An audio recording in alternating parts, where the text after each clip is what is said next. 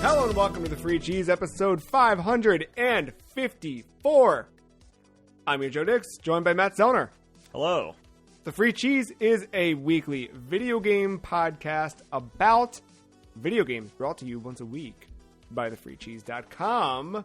This week, we are going to rank and review Zone of the Enders. More on that in just a bit. Why don't we start things off here, Matt, with a hot question of the week. Is there a video game that you wish you could just watch indefinitely?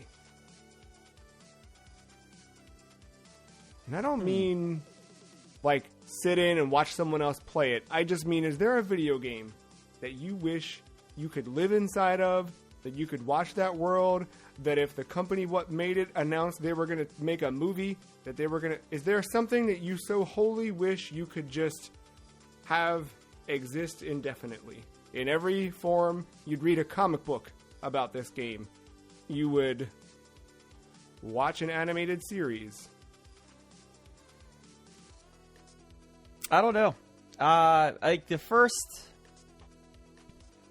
It's going to be biased because of the game we're about to talk about. I don't know, but I hold the Metal Gear Solid series near and dear. Well, I guess the whole Metal Gear series near and dear to my heart. Because I like the story in those games. There are some comic stuff already hidden within manuals and things like that. I don't know if they ever did like a series. And then there's the movie that has a Solid Snake cast, but I've heard nothing since, so... I completely forgot about that movie until just now. But see Oscar Isaac's face photoshopped with an eye patch? Or was that a real picture? I still don't remember. Is that... Probably AI. Let's just be real. Okay. It's probably AI. Yeah, fair enough. Yeah, that's a good point. We're Metal Gear, I think, fits the bill. I ask because, obviously, Zone of the Enders is that for me. Playing through this game, it feels like, hey, we really liked Evangelion, so we made a video game. And couldn't get the license because Bandai's got it. But, I don't know, man. Something about this. And, of course, this series, or this game, did end up having sequels and anime tie-ins and all sorts of fun stuff. But something about it just feels cool. Very cool. Other than that, I don't know. Let's keep it in the Konami house. I'm very happy that we have those Castlevania Netflix anime. I forgot that other one came out, the one with Richter. Right. Yeah. It's alright. It's fine. They should make another Castlevania game. Just, while we're here. But we're not here for that this week. We're here for games that Konami did make, such as Zone of the Enders, developed by Konami Computer Entertainment Japan, or KCEJ Incorporated, or Konami. You can just call them Konami, Matt. Published by Konami. Released first on the PlayStation 2, March 27th, 2001. Your back of the box reads as follows: Life and death at the end of the universe. Zone of the Enders transports you to the farthest reaches of the solar system. Playing as the reluctant hero, Leo Stenbuck, you'll command a giant mechanized robot into high-speed aerial combat against a heavily armed rogue military regime. But massive weaponry isn't the only thing in your hands. The fate of your entire space colony depends on your actions, and you're about to discover that decisions of life and death carry more consequences than you ever dreamed. We have a nice grid here, or actually to keep it in Tetris terms from last week, it's a nice L piece with a little bonus fifth or sixth element to it. And then we've got some bullet points here. You ready for the hot bullet points in the back of the box? Sure. Combat system allows close quarter weapon attacks and long range laser attacks against multiple enemies. Battle AI accompanies you in combat learning from and reacting to your actions. Richly crafted immersive story unfolds through stunning 3D anime-style cutscenes. Versus mode enables heated two-player battles. Missions change each time they are replayed, introducing a universe of new experiences. Produced by Hideo Kojima, creator of the renowned Metal Gear series. This product ships with 2 discs, including a playable demo for Metal Gear Solid 2 Sons of Liberty, which is, of course, why everybody bought Zone of the Enders back on March 27th, 2001 in North America. Right, I think like this was the crackdown of the Halo 3s, if you will, for something a little more. I would agree I was with gonna that. say a little more contemporary, but even Crackdown in Halo 3 is like completely ancient in today's standards. Matt, how would you describe Zone of the Enders? I mean, sci-fi mech game. Oh, yeah. Yeah, mech. You're in the mech the entire time. I don't know what else to say. Story driven. Yeah, it's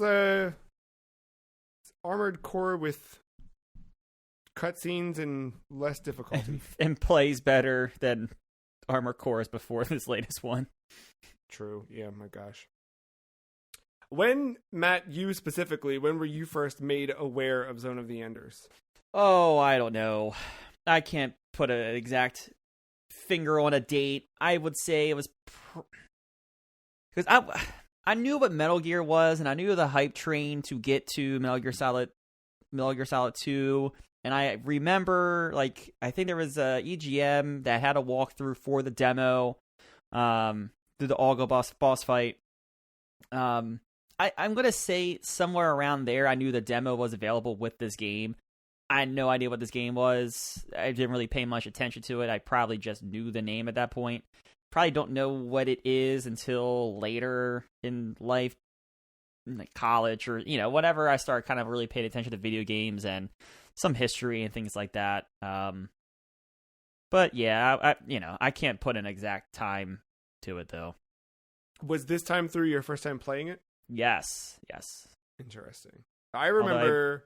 I bought it a while back, but I bought the HD collection and never played it. Yeah, dude, I have been sitting on this one for a while myself.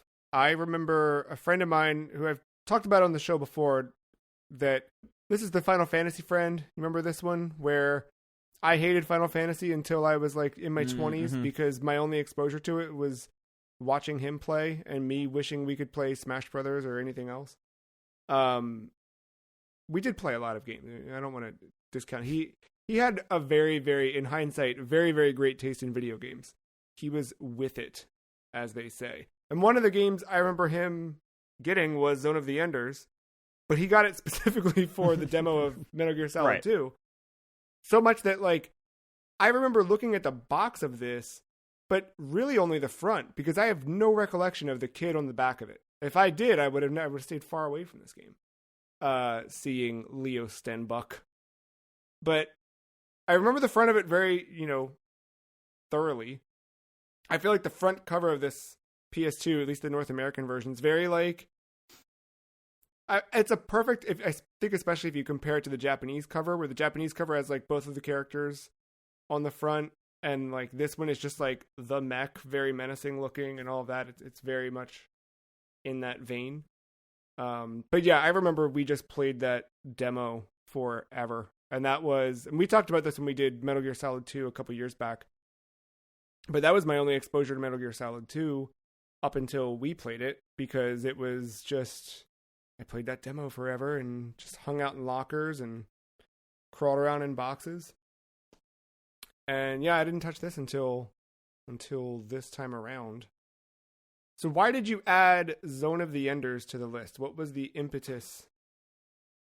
Honestly, its aesthetic kind of just reminds me of Tetris Effect. Just like, oh, interesting. Space, sci-fi. So when I think Tetris Effect, I think more of that than some of the levels you had mentioned. last week with like the wind and stuff like that. I always think of like the first two stages, first and last, the bookends. Like very sci-fi in space, galaxies, that kind of stuff. I don't know. And Zone of the Enders right up that alley, and I need, again, the perfect excuse to make us play it is to put it on the list. So, do you still kind of have that association now, having played Zone of the Enders, or do you think you're? I think just general anything sci-fi is gonna kind of have that association. So, in a way, yes, it's maybe less so, but now that I know what it is, not that I expected this to be any different than what it was, but yeah, I guess actually playing through it, and I guess the anime cutscenes might go in a different aesthetic than just Tetris pieces. But Tetris is anime too, right? Sure. For me, so I mean, we're gonna jump in and talk about the game wholly, but like, I'm curious. Did you have any first notes that you jotted down? Like, what were your first reactions to this game? For me, right away, and I do this. I'm pretty stupid. I don't know if you realize after all this time we've known one another, just quite how stupid I am. But it doesn't take much to just push me in a direction, right? And the second I jumped into it, I was like, oh, buddy, I'm going to live inside of a PlayStation 2 for the next year of my life. It just immediately took me back into PS2. I fell back in love with PS2. It just felt right. And it also reminded me a lot of Ghost in the Shell right away. And of course, later, as soon as I met our hero, I was like, this game is just straight up Evangelion. You can see it's got its own originality to it, but there's just so much of like, and honestly, I mean, it's not just anime that does this, everything does this, and it's in my review, so spoilers for that, but like, I don't know, like, our collective fate will always lie in the hands of a teenage boy. Like, yeah, of course. Like, I omitted like the boy specific part in my review just because it's like, I think just generally we see teenage angst as, the savior of mankind so frequently. But yeah, very much on display here. I'm glad you went that way with the anime cutscene, because before the anime cutscene, the main menu is just straight up Metal Gear 2. Yeah. So like right away I got the Kojima kind of influence. I saw that. And the design of the menu, that's probably more Yoji Shinkawa more than probably Kojima in the design of that, but yeah. And then like the music, I dug the main theme on that main menu as well.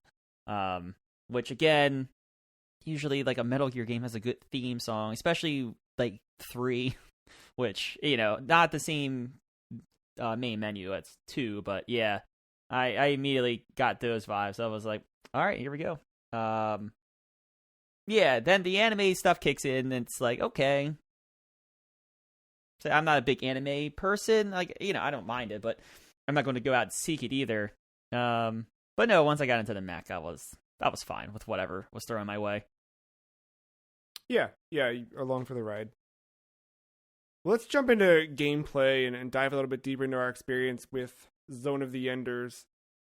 How would you describe the combat system in the game? The back of the box kind of set it up that there's close and long range, but so there is, it's kind of like correct me if I'm wrong here, but like it's kind of like, if an enemy's doing something, you should like close in and attack them up close with a melee attack. And if they're doing another thing, you should stay back and shoot them. And then there's like your two primary fires, and there's different ways. There's like a fast attack, and if you press and hold, there's a charge. I did not make notes of the combat, which I can't believe I didn't do, but no, but you got it. Yeah. So then like as you play, you acquire different types of like sub weapons, and they do various things. Sniper rifle, laser. Yeah, right. Yeah, they do various things. To be fair, I really didn't use them a lot, but no, I used them like when we needed to, story wise, and kind of like, the same. Occasionally, if there was like a big swarm of enemies that felt overwhelming, I might roll to one of those kind of like AoE attacks. But yeah, to your point, like there's this weird thing. It's like all of the combat options are dedicated to one button, right? Like your shooting and your melee are all on the same button. Yeah. But your proximity to the enemy, like to Matt's point, like strategically, yeah, you should get close or back up. But in doing so, you don't have to change your actual input. But like the attacks that you have, depending on whether or not you're in motion, those also change. So even if you're ranged, your ranged attack, if you're moving, is different than if you're not moving the left joystick at all. The thing for me that was interesting is like, as much as you're just slamming the same button throughout, I never got tired. I never felt like it was button mashy. I never like, I could do it all day. So I have that. I mean, I have here, like, fighting is fun. It's slightly repetitive, but I mean, that might just be because I was on normal difficulty.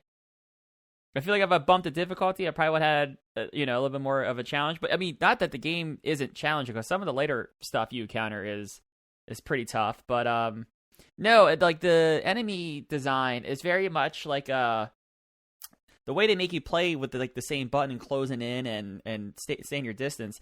It's almost like that rock paper scissors thing, where it's like, all right, the enemy's offering you rock, you got to play paper, and that, in this instance, it might be a long range shooting.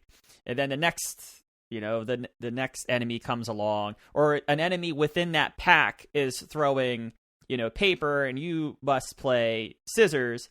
But you have to be careful how much you're playing scissors, because rock is like right there. Everybody else is playing rock. Yeah, exactly. Yeah, so it's a little bit of that, and that's where, like, the game starts off, I was, got it easier, kind of introducing you to these mechanics, but quickly you find out that depending on the mix of enemies, you have to have different strategies. And then it only gets tougher from there, because the enemies themselves gain like levels. Like I think the highest level I saw was like a 6, if I remember correctly, or 5. Yeah. I'm trying to remember if I saw 7 or not. But yeah. But yeah, they get up there. And they start to get tough around 3, I would say, depending on the enemy. Because they start throwing different things at you and whatnot. Their rock is a slightly modified shape of a rock, if you would. Yeah. Yeah, and I guess the mission structure is interesting too, because to the point described earlier on the box, where like you are trying to save Leo Stenbuck's colony, right? But his colony, is it actually on a halo? Because it certainly feels... it is. I'm calling it a halo. It's a halo in my eye. Yeah, it's like, it's that. But you kind of move about this halo, like in between stages, and you pick which town or area below you that you'd like to fly into, and then that's your actual mission. And I found all that stuff incredibly seamless. No loading screens. It's just kind of like, I mean, it's obviously loading, but like the way that it transitions, it's all like... Yeah, I mean, you could skip. I mean, again, I'm playing on a Series X, so there are probably some increased loading times, but like I was skipping the cutscenes and it was kind of jumping right in. Yeah, you can do that, or you can let it roll, but it wasn't like a bad...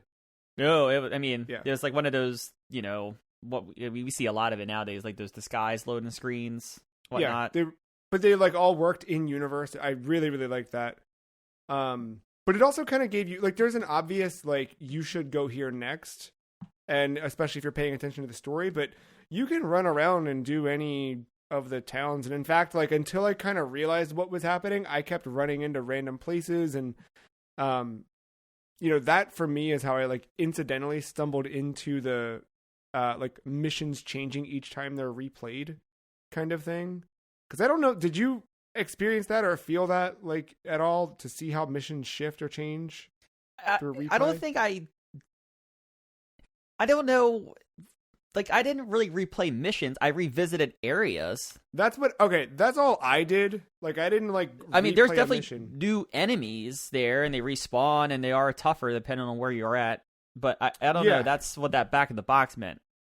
I don't know. I'm unsure of. I don't know if they mean like a new game plus you go back through or whatever. But yeah, for me, it was just as you described. Like, I kind of I would go back into town 2 a couple of times just to see whatever. And also, like, there were things where pretty early on I didn't realize, like, what I was picking up or not picking up. And then I was like, oh, I should probably go back to that place. I think I overlooked something in the corner. Like, once I understood really how to navigate through a map in a stage, I wanted to be able to go back and collect everything I could.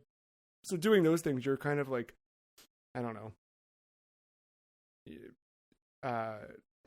exposed to some sort of change. But yeah, to your point, I don't know that was I wholly got to experience whatever that they intended. How about missions or encounters? Did you have something that stood out, like, as a favorite or like a highlight of the game, or even a few if there's like different boss fights or stuff? I like the first change of pace the game throws at you with the taking out the satellite. You get there, I just like the fact that, like, the game encourages you to leave an area.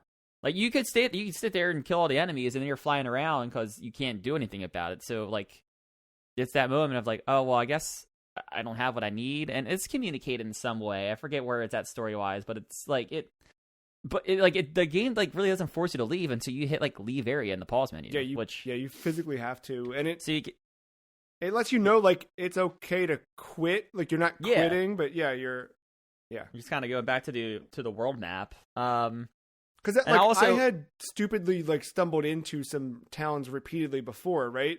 And at some point I was like, I don't know what I'm supposed to do. And I did quit. So, like, I learned that on my own in that fashion. But if you hadn't done what I did and you're sticking to the path, like, you wouldn't have been forced to quit until then. And yeah, it's a cool, teachable moment. There's the one level later in the game. You're, like, I think you're hurting. I think this is the, like, late game. Well, not late, but, like, probably in the last third of the game where you're hurting and you can't really take a hit, and you kind of have to, like, sneak in the trenches of this base. To, like, I think is it new armor or, like, an armor upgrade, or is it the repair? Now I can't remember the story beat, but, like, you have to get to the center. Like, you have to find the tunnel to get into the factory or the warehouse to essentially repair your suit. It's because you're hacked, right? Yeah. The AI in the suit is not corrupt, but virus. Straight up, I think it was the virus was uploaded to the suit. Virus, thank you. Yeah, that's what it was. Yes. Yeah, that was a good one. That was a really fun.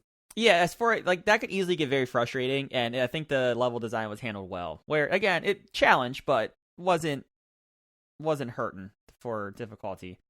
And then I like the fake boss encounter too. How many times did you die before you realized you had to leave?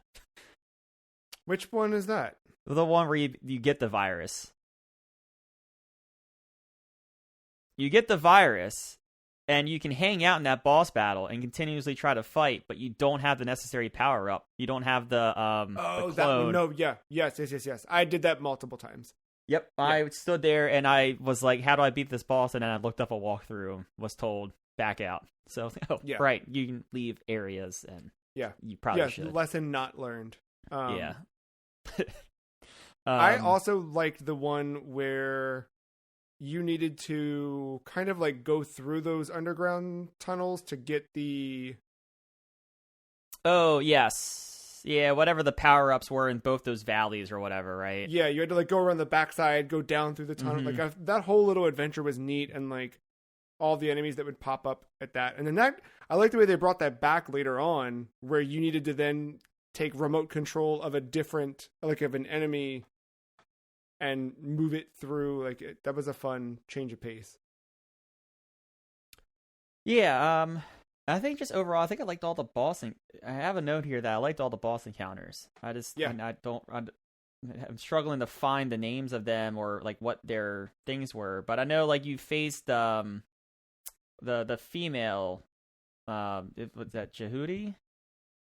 Jehuty's your shit. I don't. It's not Anubis, or is it Anubis? Nebula. Yeah, I think. But, like, you face off against her a couple times. Actually, you face off against her once quite early, and then second and third time later on. No, I thought the boss fights were interesting, as well. I remember the Cyclops, like it kind of like chased you around the arena, and you had like shoot in his eyes at opportune times. After you get the clone, like the fake, like the hologram power up, taking on that boss was interesting. Now that you actually had the power up. Like again, I can't remember these names, but yeah, like I like level to level, I kind of enjoyed it.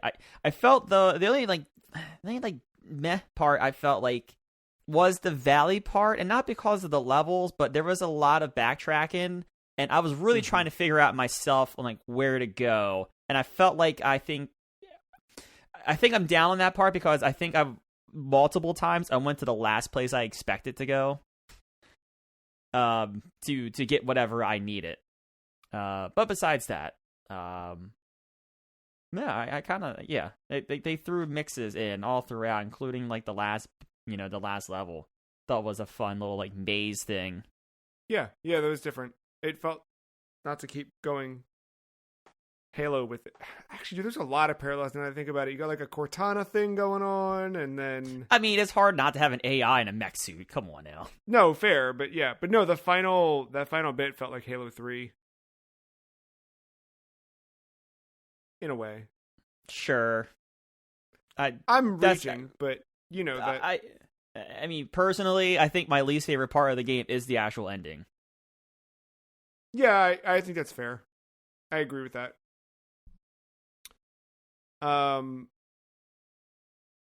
Did you have fun playing Zone of the Enders? Yes. I was concerned because mechs, I don't want to say they're intimidating, but some games make them so weird to control, and you're supposed to feel powerful in them, and you never do. No. Armored Core has a tendency to really make you feel like you are so underpowered at times. I'm not going to say this. I think still the game that gets mechs right is Titanfall 2.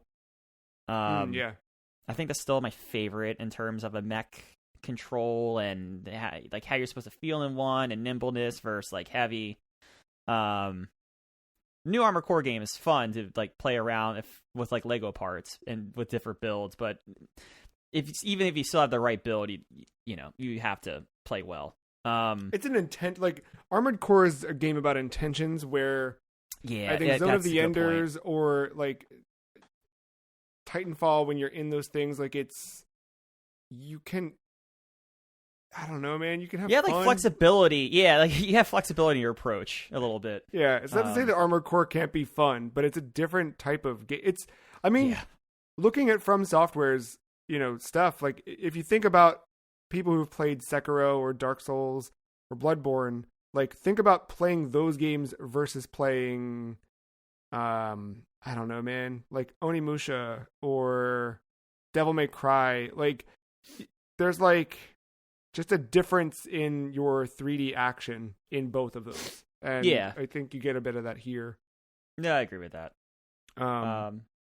But no, but back to like the main point here. No, I have fun because I enjoyed playing with the mech, and when it got a little repetitive at times, but I was around the back more so with the backtracking at times, and I think for me that was just bad luck or lack of attention earlier in levels. Same, yeah. Once you kind of progress through, the level design changes enough, or like the scenario changes enough where, again, you're essentially doing the same thing over and over, but it's in a different kind of light, if I would. Yeah, and I get back to that like kind of overworld map, like the way that they structured that, and the way that you kind of just like jump in and out as if you're like a monitor over this world or something like that. That made the backtracking feel less like backtracking, even though it was, and it did get tiresome, but like you see so many similar things already, and you're kind of in and out, that it feels very natural. Like I didn't mind it at all. Couple things. Let's talk a bit about the story. We pretty early on you get cutscenes that show you what's inside the mech. And like, I did not expect, I don't know why I didn't expect that at all, but I did not expect it at all. I just thought this was a game with mechs. I knew what they looked like. And honestly, my biggest exposure to the look and feel of the mechs is from playing like Super Bomberman R, or just seeing like the mechs in other games where they've shown up in different places. But did not expect it kind of in this fashion. I didn't expect to be Leo Stenbuck at all. And like my notes, I wrote down, wait, are you a boy this whole time? Like I didn't know that's what we were doing. Didn't know what this was. But I loved, I guess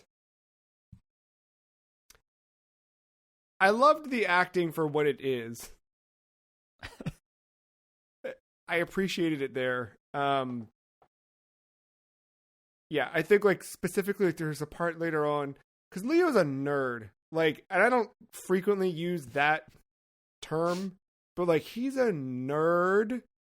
And later on, like keep that in mind. Like, I think especially in an American audience, like when you think of a nerd, think of what you think of, right? And then know that partway through the story, something happens and Leo says, "Did I do that?" It's like, did they intentionally do an Urkel thing here? Or am I like reading way too into this? But like, he already is. I don't know, man. Overall, though, like, the plot, does this feel Metal Gear-ish to you? The plot, not so much, because you don't have 1,000, as I like to describe Metal Gear Solid 2. There's the last hour is a Mexican standoff that is in 8 ways. Like, that's fair. And then that's the end. But the final boss is monologuing. Oh yeah, very Metal Gear. Yeah, I would say that's probably the story similarity, is the fact that you get a big old info dump from a dying robot. Yeah. Yep. And then, you can't win the final fight, right? Like you gotta go. You gotta get out of there. And like that felt Metal Gear-ish to me too. And I think sets up a sequel in a cool way that I'm interested to see at some point. But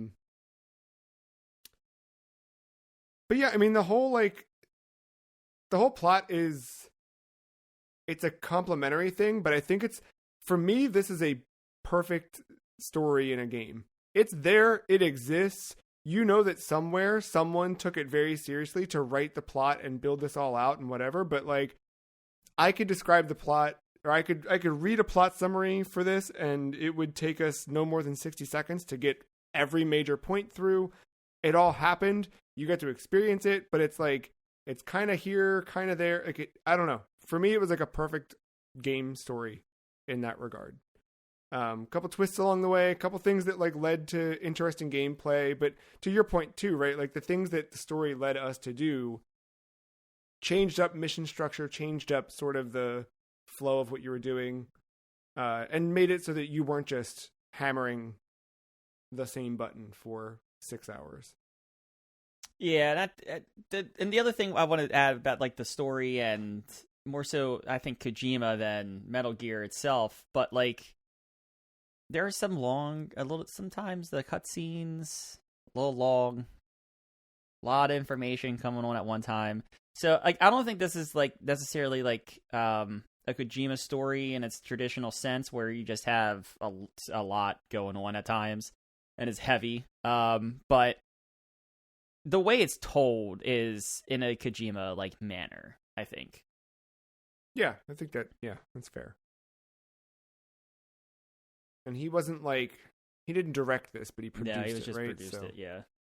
But he was still, He directed the game, the side piece to this, though. Metal Gear Solid 2. That side piece. Yeah, of course. Why don't we move a little bit into, well, I guess my final question, like in terms of just gameplay, story, are you interested in replaying this game at all? I don't know if I would replay it. I mean, it's certainly short enough where if I got the itch, but I don't see me replaying it. I mean, I think I know where you're going with your next question here, but like, I'm very interested in playing the sequel now at some point, though. I want to kind of see the story through. Yeah, I'm bummed because the sequel was actually ported to PS4, like brand new, remaster strictly for PS4. Maybe that's why there's only a listing for 2 on Steam. Maybe it's the same port. It's the same, yeah. And it's also VR compatible, but only for like PSVR 1. Oh. Of course, the saga continues of why did you buy this headset, you idiot? But yeah, so I definitely want to play it, but yeah, I think I'll probably just play the 360 version, that I've got already through Series X. Yeah, I have it, yeah. But no, I think at some point, I don't know when, but at some point I will sit down and play it.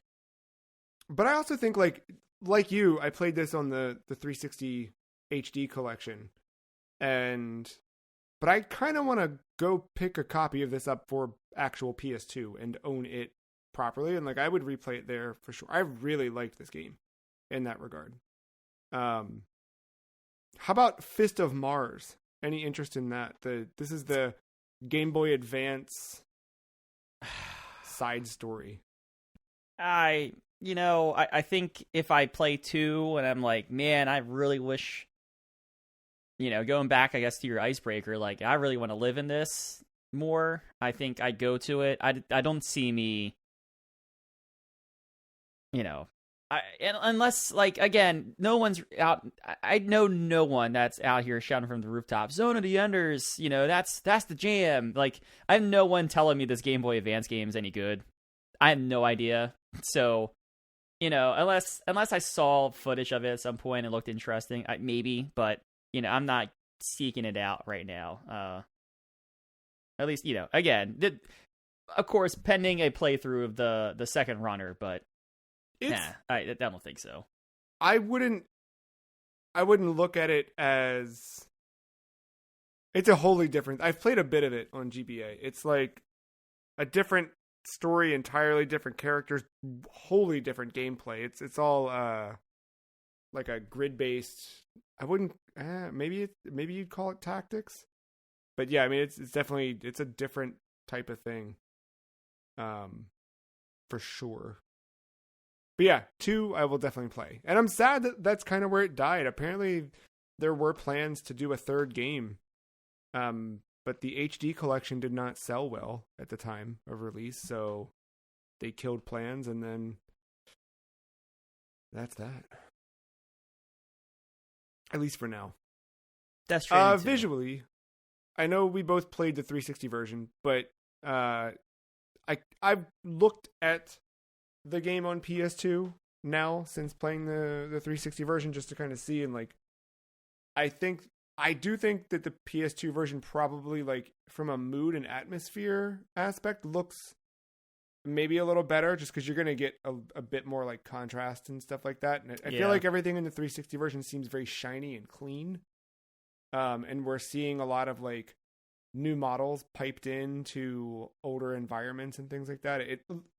The HDification of this looks like you can look at it and know that it was once a PS2 game, and it looks, I think, more fitting in its original format. But I don't know, was there anything that stood out to you visually?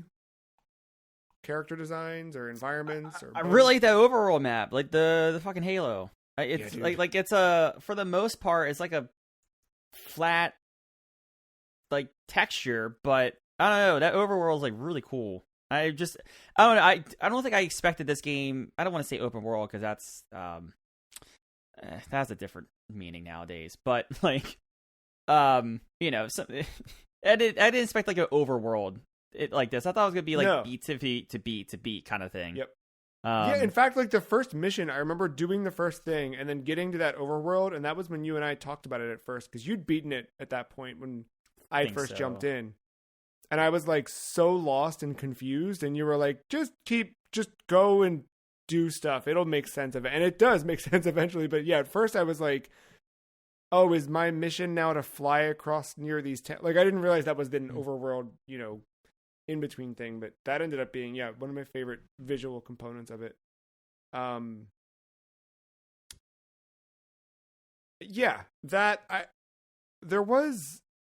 think that overall, like, the UI felt great. To your point about, like, from the main menu, like, the UI looks and feels right. Working your way through, like, I feel like there's a lot of visual instruction on what to do, what to target, how to lock on, like, all that stuff. Everything that you expect looks and feels right. And I feel like you always kind of feel like you are in the mech. Even when you're looking at it in third person, it still feels like you're inside of a mech, which, job well done. They did what they were supposed to do on that front.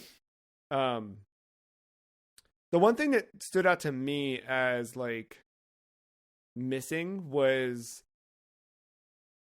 there were a couple of spots when the story got intense, where I just wish they would have put images in the HUD while dialogue plays. Like, they kind of pulled so much from Metal Gear in so many ways, but, like, we didn't have the talking heads. And there was a point where I didn't know who was saying what, or, like, obviously you always know when Leo's talking, but there were other parts where I just didn't know, like, who was yelling at who, or, like, I don't know. That part became a little hard to follow. Later, because there's, like, the commanding officer, the person you're first talking to, your female friend. Ada. I forget her name. Yeah, Ada. Or Selvis. You're talking about Selvis? Yeah. Yeah, the one you rescue early. That could get a little... I can see that getting a little confusing. Yeah, I think that did. And then, like, you're also just kind of floating, right? Like, especially in the Halo spot where, like, there's all this stuff coming in. Like, you're just spinning. You can spin the camera freely and whatever, but, like, that's all that's kind of happening. So that to me stood out. I don't know, was there anything for you that you felt like was missing character design-wise, UI, something lacking? I can't say that I like, while playing, or anything that I noted here that I felt lacking. I really don't. Lack of a boss fight at the end. But that's gameplay, not visual. I forget what other game did that kind of boss fight at the end where it was like a full cop out. And I don't know, not cop out in, like, a bad way, but just, like, you don't get the satisfaction. I guess, like, I gotta stop saying Halo, but it's like a Halo 2, right? Like, I'll stop. Sure. Maybe I won't. I mean, there was a final boss fight, though, at least. Yeah. You, it was more you killed a final boss in Halo 2. You're right. Yeah, you just had that kind of cliffhanger. I mean, the story stopped, but yeah, the you story killed a final boss. I'm more associating with that. All right, fair enough. Moving into some of the sound bits, I did not expect this at all to be voice acted, which I should have, but I didn't. I assumed it would have been, because, I mean, he pulled it off. I mean, Kojima and that production team pulled it off in Metal Gear 1, so it would have... honestly, I think I would have been let down if it wasn't voice acted. Agreed, yeah. I fully... Like, I'm happy that we had that. I'm happy that it wouldn't have been the same. In fact, I mean, not to spoil next week, but we're talking Metal Gear Acid next week, and it was something I, like, wholly missed while playing that game. And I think, like, having it here, it just felt right. Because to the point of Fist of Mars on Game Boy Advance, it's all text-based, right? So it's like you're just reading, and there's just a different level of immersion you get from having voice acting in a game.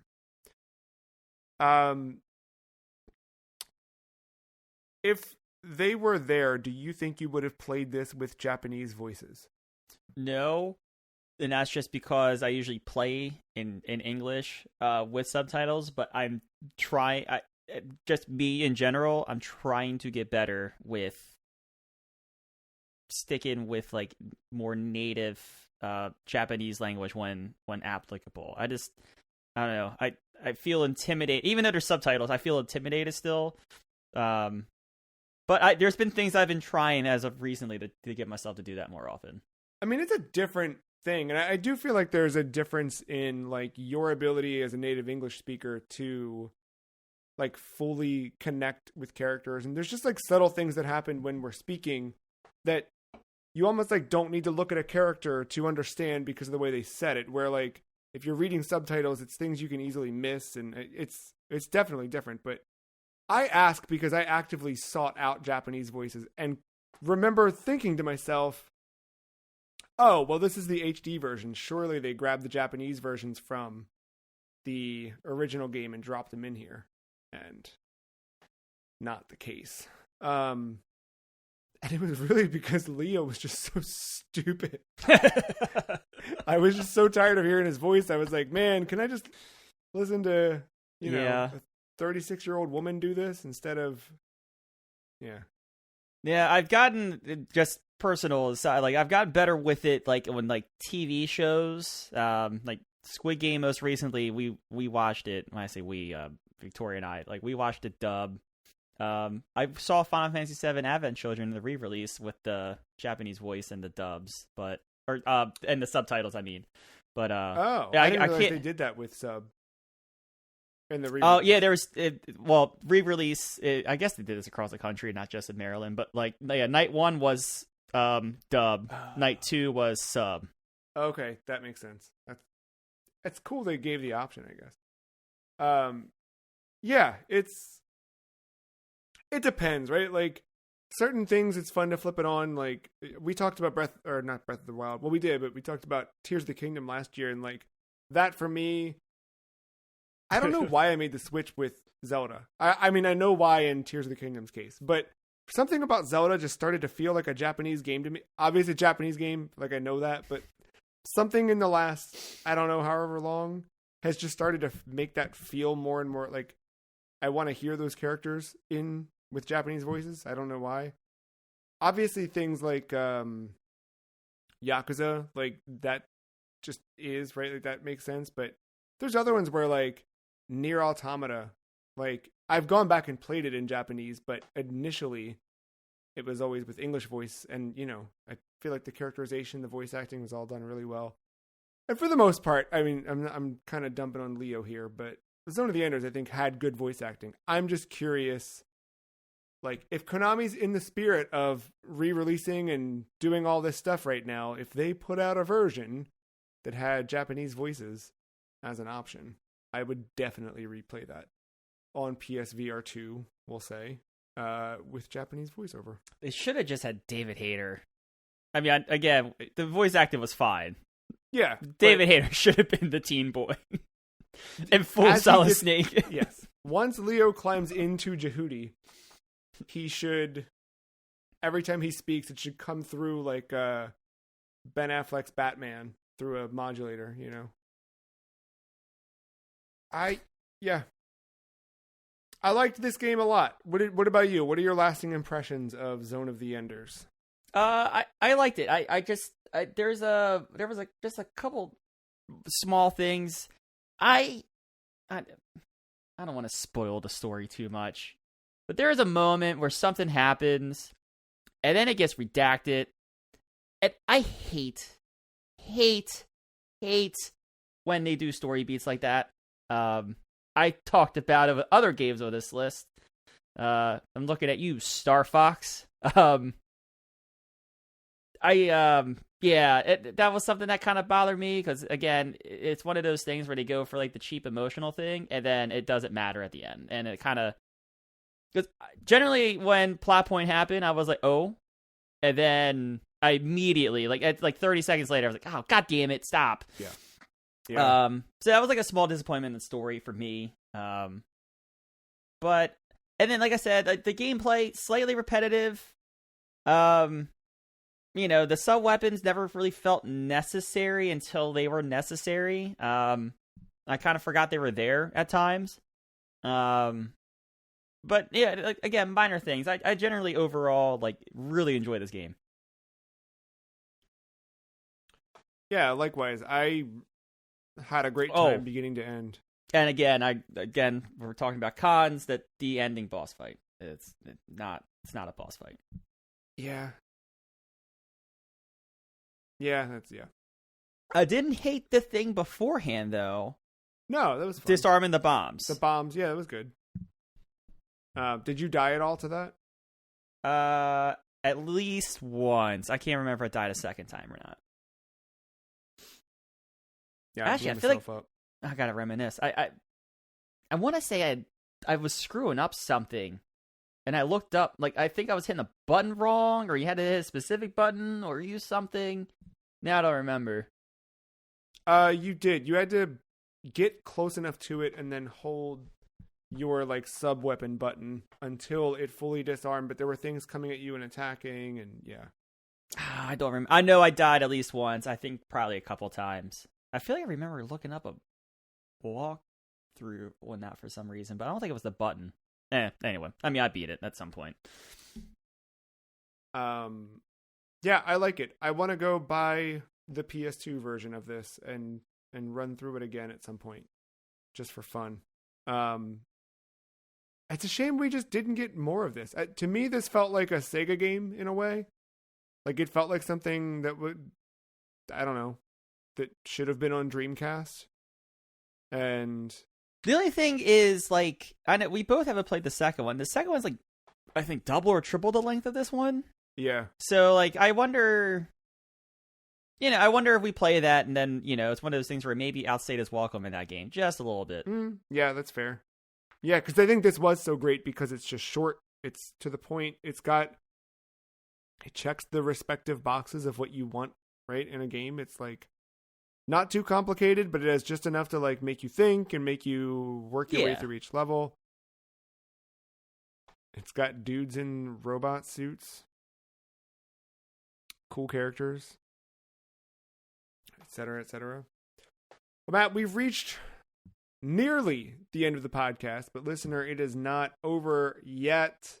This is the part where we rank Zone of the Enders, or Zoe, as it's so often called, on a list that we call The List, and a list that you can follow along with at thefreecheese.com/thelist. To date, we're looking at 91 games on the list. So this will be our 92nd game.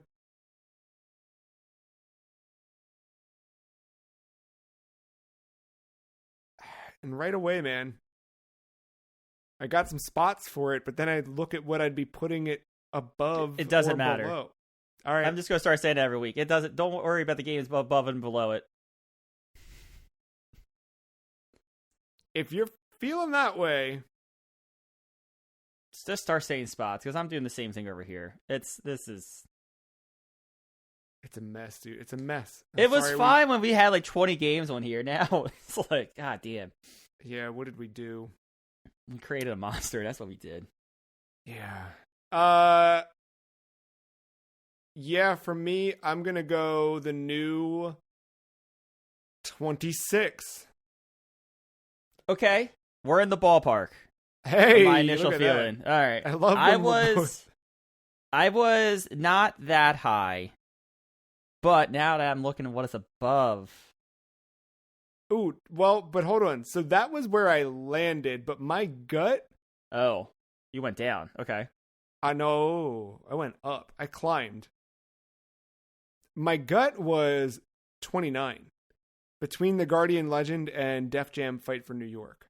No joke. I think I like Def Jam just a bit better. Yeah, mostly because it's a dumb wrestling game. It doesn't take itself seriously at all. I was like new 30. I'm good with new 30. Yeah, I think I like it. Again, dumb reasons. Def Jam. It's where else can you find Snoop Dogg beating the shit out of Busta Rhymes? You know, you can't. You truly can't.